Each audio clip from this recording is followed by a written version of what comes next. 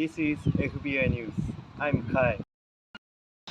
We couldn't ask for a better day for the first day of spring.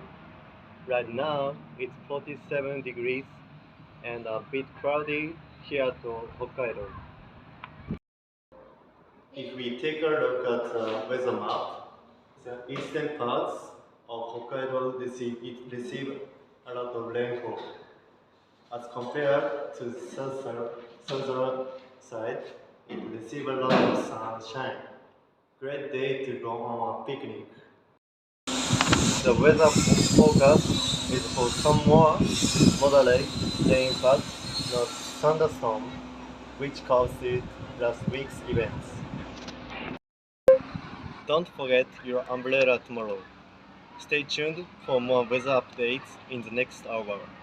I'm Kai, FBN News.